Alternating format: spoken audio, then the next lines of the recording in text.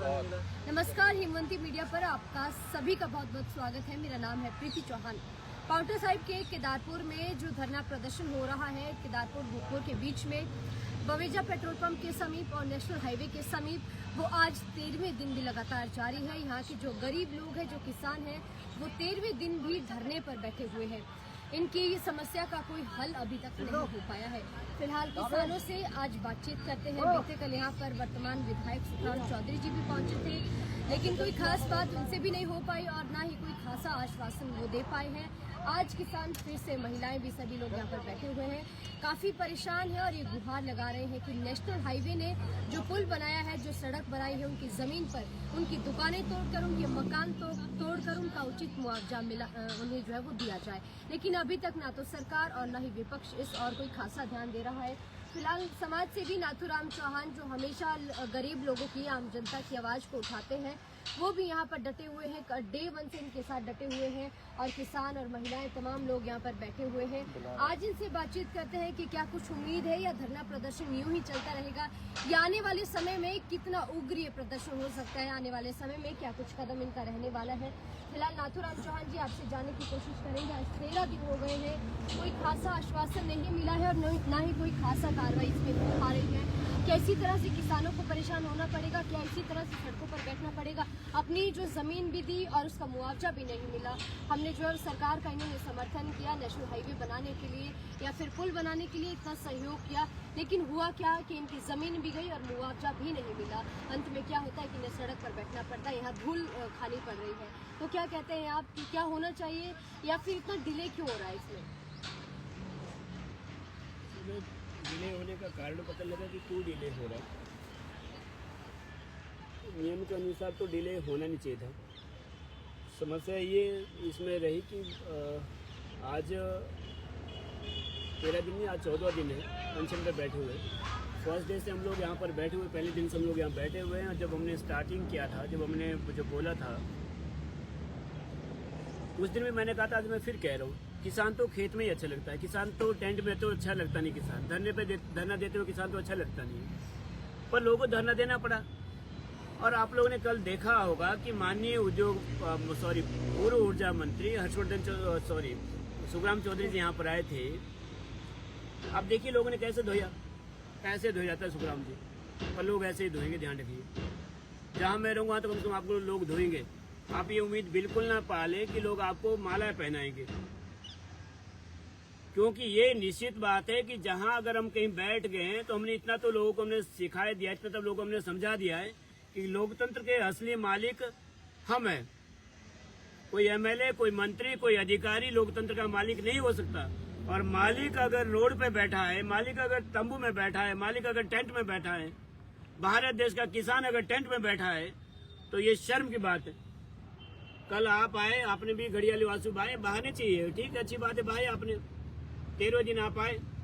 हिंदू धर्म में 13वें दिन क्या होता है आप हमसे शायद अच्छे से जानते हैं कि 13वीं होती है। 13वें दिन में तो माता जी कह रहे हैं 13वीं होती है, और ये भी कल बेचारे सुखराम जी के साथ में बिल्कुल बराबर बैठे थे। और क्या करें भाई, तो ये हक मांग रहे हैं, इस उम्र में इनको यहाँ बैठना पड़ रहा है। मैं ये कहना चाहूंगा कि आंदोलन कल सुखराम जी कह के गई, आप यहाँ से उठना नहीं। भाई आपके कहने से थोड़ी उठेंगे, ना आपके कहने से बैठे हो, ना आपके कहने से उठेंगे। हमने पहले दिन कहा था, माँ यमुना जी के नीचे वहाँ बैठे थे, वहाँ संकल्प लिया सबने कि जब तक अंतिम व्यक्ति को, गरीब से गरीब व्यक्ति को, उसके 1 इंच जमीन के, 1 ईंट मकान के और 1 लाल पैसा जब तक उसको नहीं मिला, तब तक हम यहाँ से उठेंगे नहीं। ये हमारा संकल्प है।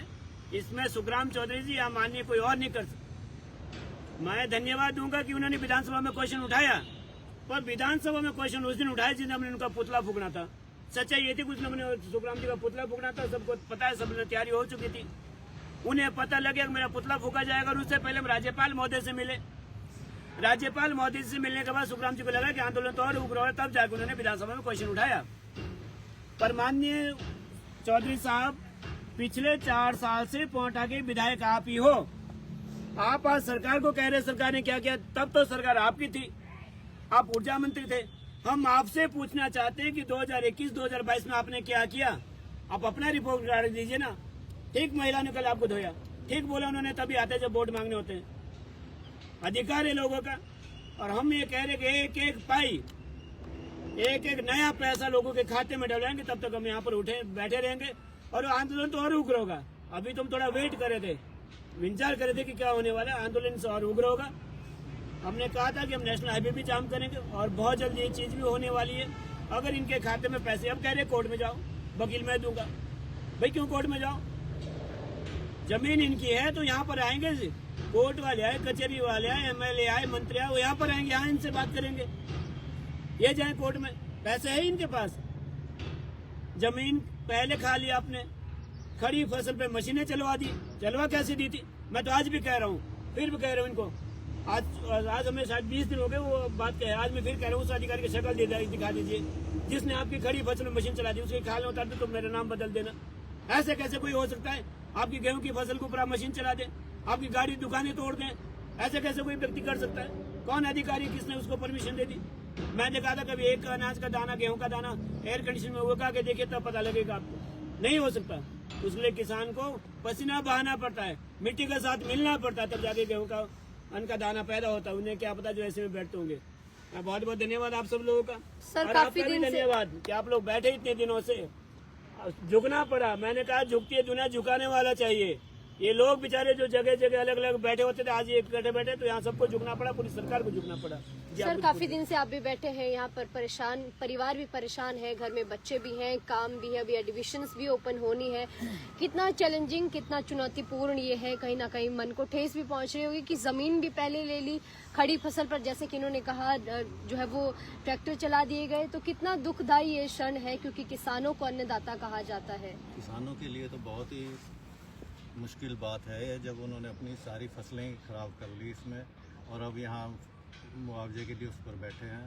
कईयों का तो कितना किराए का नुकसान हो रहा है यहाँ पर, जिन्होंने अपनी दुकानें तोड़ दी और उनको कुछ नहीं मिला, और अब यहाँ पर धरने बैठना पड़ा। हमें तो कल ही पता लगा कि ये ज़मीन भी सरकार के नाम ट्रांसफ़र हो चुकी है, इंतकाल हो गया, जबकि किसानों को कुछ भी नहीं मिला। क्या उम्मीद है कि इसका कुछ हल निकल पाएगा? कल जैसा ही एमएलए सुखराम जी ने बोला था कि 10 दिन में इसका कुछ हल निकल जाएगा, तो उससे हमें कुछ उम्मीद है शायद हो जाए। अब 10 दिन तक और इंतजार करते हैं। इसी तरह से धरने पर बैठे रहेंगे? धरना तो ये कंटिन्यू रहेगा जब तक कि हम सबकी मांगे पूरी नहीं होंगी। किस तरह से आप सभी के कामकाज प्रभावित हो रहे हैं? कुछ कंपनी जाने वाले, कुछ छोटा मोटा रोजगार करने वाले भी होंगे आप में? कामकाज तो सबके बहुत ज़्यादा प्रभावित हो रहे हैं, क्योंकि पूरा दिन यहाँ बैठना पड़ रहा है। अपने सबके काम रुके हुए हैं, बीच बीच में जाके करते हैं, और साथ साथ यहाँ धरने प्रदर्शन में भी लगे हुए हैं। अब गेहूँ की फसल की कटाई शुरू हो जाएगी तो बहुत ज़्यादा लोग मुश्किल आएगी, परंतु यहाँ हमने लिया हुआ है प्रण कि हमने यहाँ बैठना है, कोई ना कोई यहाँ पर जरूर है। इसको लगातार हम जारी रखेंगे जब तक कि हमें पूरा मुआवजा सबको नहीं मिल जाता। जी, माता जी भी कल से डटी हुई है, आप भी जो है वो यहाँ पर बैठे हुए हैं, उम्र भी काफी है, परेशानी भी हो रही होगी, घर में बच्चे भी हैं, तो क्या लगता है कि क्या कुछ इसमें हल निकल पाएगा या कुछ मुआवजा सरकार देगी? बच्चे तो इनकी मर्जी, 2 रोटी कमाते, 1 रोटी की भूख चली गई, टेंशन हो गया। वो तो सरकार ने देखनी चाहिए भाई क्या करे इनके वास्ता, हमारी जमीन भरी हम कहाँ जा।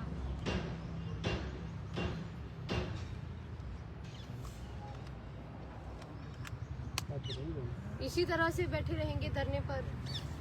बैठे भी और क्या करो, देखता दूर पड़ का करना में दर्द हो गया, दवाई दवा दादी दवाई लगा। बाबूजी जी,